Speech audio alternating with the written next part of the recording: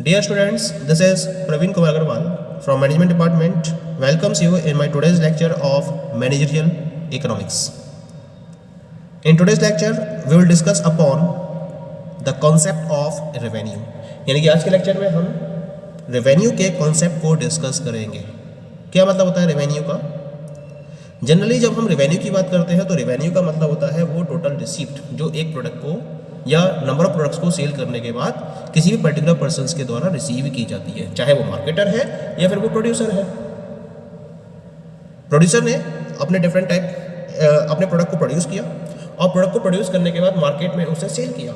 Cell करने के बाद जो भी अमाउंट उसे रिसीव होती है उसे हम रेवेन्यू के नाम से जानते हैं. या फिर as a marketer, as a seller, आपने प्रोडक्ट को मार्केट में सेल किया और सेल करने के बाद जो भी अमाउंट प्रोडक्ट को सेल करने के बाद आपके द्वारा रिसीव किया गया, उस पर्टिकुलर रिसीप्ट को हम रेवेन्यू के नाम से जानते हैं. तो इसका मतलब रेवेन्यू को हम एक प्रॉपर वे में डिफाइन कर सकते हैं. The amount of money that the producer receives in exchange for the goods is called producers receipt और रेवेन्यू. यानी कि जब अपने गुड्स के एक्सचेंज में प्रोड्यूसर के द्वारा जितनी अमाउंट ऑफ मनी रिसीव की जाती है उसे हम प्रोड्यूसर की रिसीप्ट या फिर उसके रेवेन्यू के नाम से जानते हैं. जब हम रेवेन्यू की बात करते हैं तो रेवेन्यू में हम मेन 3 कॉन्सेप्ट्स को डिस्कस करते हैं. The very first one is known as the total revenue, second one is known as the average revenue and the third one is known as the marginal revenue.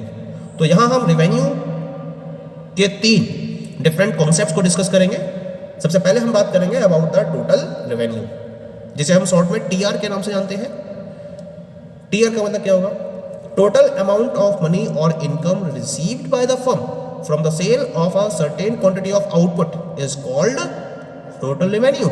यानी किसी भी firm के point of view से अगर उसके द्वारा अपने goods या अपने आउटपुट की सर्टेन क्वांटिटी को सेल किया जाता है तो उसकी सेल के बाद जो भी मनी या इनकम उस फर्म के द्वारा रिसीव की जाती है उसे हम उस फर्म का टोटल रेवेन्यू कहते हैं. कैसे ऑब्टेन किया था टोटल रेवेन्यू को? जब हम price per unit of the commodity को total quantity of output sold या नंबर ऑफ यूनिट्स सोल्ड से मल्टीप्लाई कर देते हैं तो हमें टोटल रेवेन्यू रिसीव हो जाता है. इसका मतलब हम फॉर्मूला जनरेट कर सकते हैं इसका, TR is equal to P into Q, जहां पी क्या है? प्राइस ऑफ द कमोडिटी और क्यू क्या है? Number of units sold. Example के तौर पर मान लीजिए मिस्टर दीक्षित अपनी एक मैन्युफैक्चरिंग यूनिट को रन कर रहे हैं और उन्होंने उस यूनिट से 250 यूनिट्स को प्रोड्यूस किया और उन 250 यूनिट्स को ₹50 पर यूनिट के प्राइस पर सेल कर दिया. तो उनका टोटल रेवेन्यू कितना होगा? पी इंटू क्यू फॉर्मूला है हमारे पास. प्राइस कितना है उनका पर यूनिट के पॉइंट ऑफ व्यू से? ₹50 पर यूनिट. और टोटल यूनिट्स कितनी सेल करी उन्होंने? 250 यूनिट्स. मल्टीप्लाई कर दीजिए 50 को 250 से, then you will get the value equal to ₹12,500. ये क्या हो गया? ये हो गया मिस्टर दीक्षित का टोटल रेवेन्यू. क्लियर हो गया? तो इसका मतलब इकोनॉमिक्स के पॉइंट ऑफ व्यू से हम टोटल रेवेन्यू को आउटपुट के एक फंक्शन के तौर पर ट्रीट कर सकते हैं. We can treat total revenue as a function of output.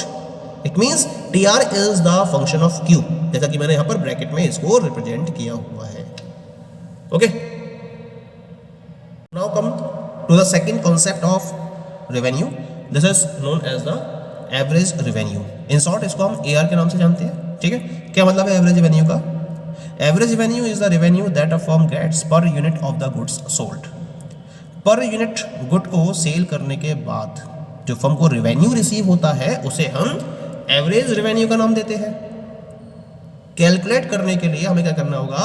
Firm का जो टोटल रेवेन्यू है उसको नंबर ऑफ यूनिट्स सोल्ड से डिवाइड करना होगा.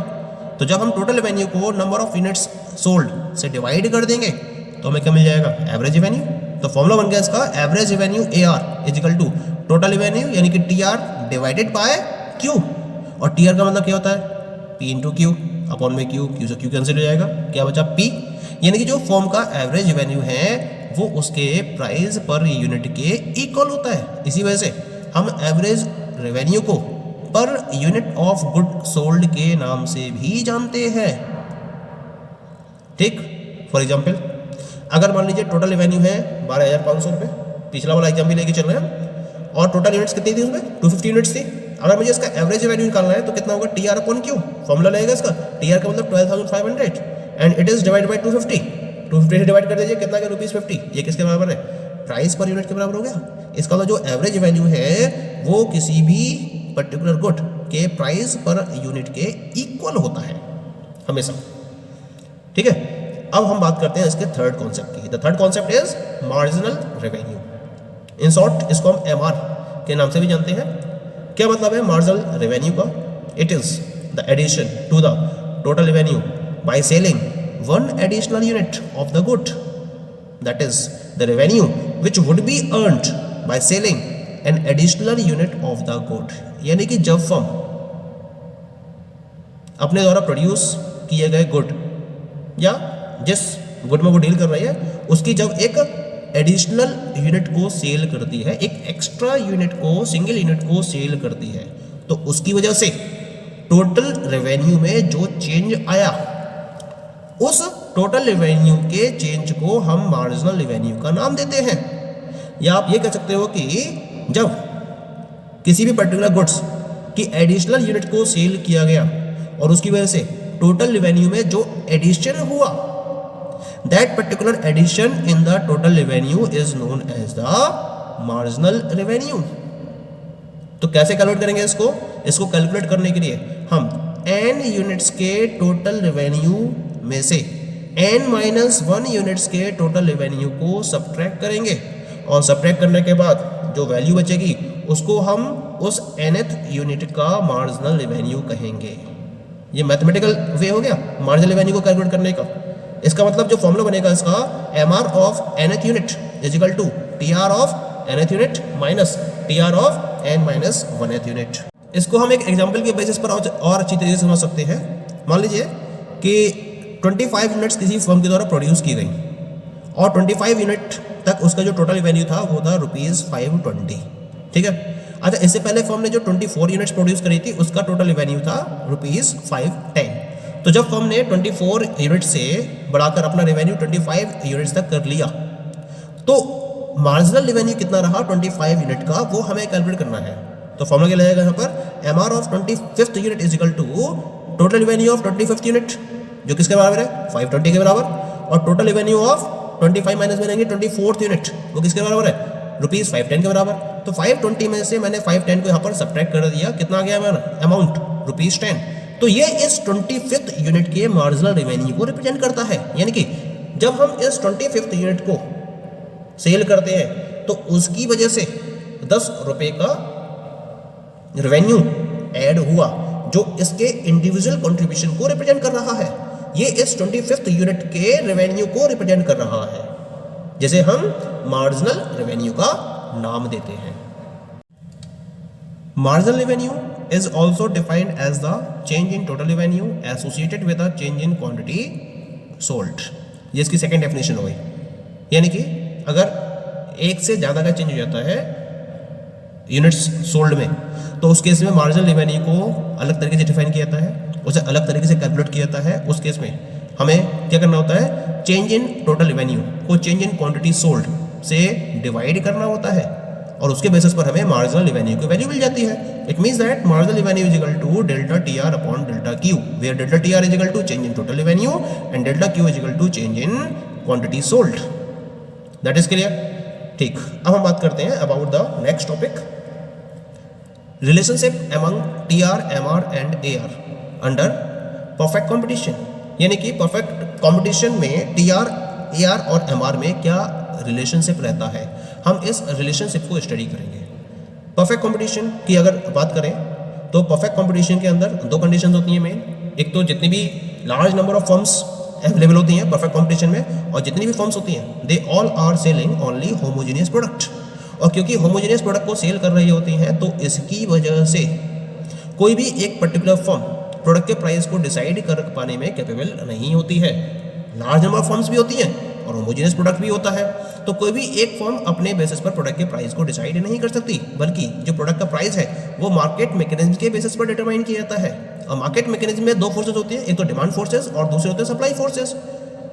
और इन डिमांड फोर्सेस और सप्लाई फोर्सेस एक दूसरे को जिस पॉइंट पर इंटरसेक्ट करते हैं वो कहलाता है इक्विलिब्रियम प्राइस, इक्विलिब्रियम पॉइंट। और इसके करस्पॉन्डिंग जो प्राइस डिटरमाइन होता है उसे कहते हैं इक्विलिब्रियम प्राइस। और इस प्राइस पर जितनी भी फर्म्स हैं वो अपने प्रोडक्ट को सेल कर रही होती हैं। कोई भी फर्म इस प्राइस से ना तो ज़्यादा और ना ही कम पर अपने प्रोडक्ट को सेल कर सकती है। ठीक है, यानी कि जब हम परफेक्ट कंपटीशन की बात करेंगे तो इसमें एवरेज रेवेन्यू जो प्राइस को इंडिकेट करता है वो सेम रहेगा, और जो मार्जिनल रेवेन्यू है वो भी एवरेज रेवेन्यू के बराबर होगा, और दोनों एक दूसरे के आइडेंटिकल होते हैं और ये कांस्टेंट रहते हैं। जबकि जो टोटल रेवेन्यू है वो इंक्रीज होता चला जाता है जैसे जैसे आउटपुट पे इंक्रीमेंट होता है। और टीआर में ये जो इंक्रीमेंट होता है वो एक कांस्टेंट रेट से होता है। क्योंकि मार्जिनल रेवेन्यू कांस्टेंट है, और मार्जिनल रेवेन्यू के कांस्टेंट होने की वजह से टीआर इंक्रीज तो होता है लेकिन कांस्टेंट रेट के साथ में। पॉइंट क्लियर हो गया? तो इस तरीके से हम एआर, एमआर और टीआर के बीच में रिलेशनशिप को एक शेड्यूल और डायग्राम के हेल्प से प्रॉपर्ली रिप्रेजेंट कर सकते हैं under perfect competition. In this table, I have drawn a schedule representing the relation among TR, AR and MR। यहाँ मैंने आउटपुट को रिप्रेजेंट किया है, प्राइस P से रिप्रेजेंट किया है, फिर TR को कैलकुलेट करा है मैंने P इंटू Q के फॉर्मूले से, AR को कैलकुलेट करा है TR अपॉन Q के फॉर्मूले से, और मार्जिनल रेवेन्यू को कैलकुलेट किया है MRN is equal to TRN minus TRN minus 1 के फॉर्मूले से। कैसे किया है इसको हम स्टडी कर लेते हैं एक बार। आउटपुट लगातार इंक्रीज हो रहा है फर्म का 1 2 3 4 5 6 7 8 9 10 तक। जो प्राइस है वो कांस्टेंट रहता है क्योंकि ये मार्केट मैकेनिज्म के बेसिस पर डिसाइड किया जाता है, और फर्म इसी पर्टिकुलर प्राइस पर अपने प्रोडक्ट को सेल करती है। प्रोडक्ट के प्राइस में कोई भी चेंज नहीं होता है। तो हमने मान लिया कि जो फर्म है वो 20 रुपीज़ पर यूनिट पर अपने प्रोडक्ट को सेल कर रही है, देन इट रिमेन्स कांस्टेंट।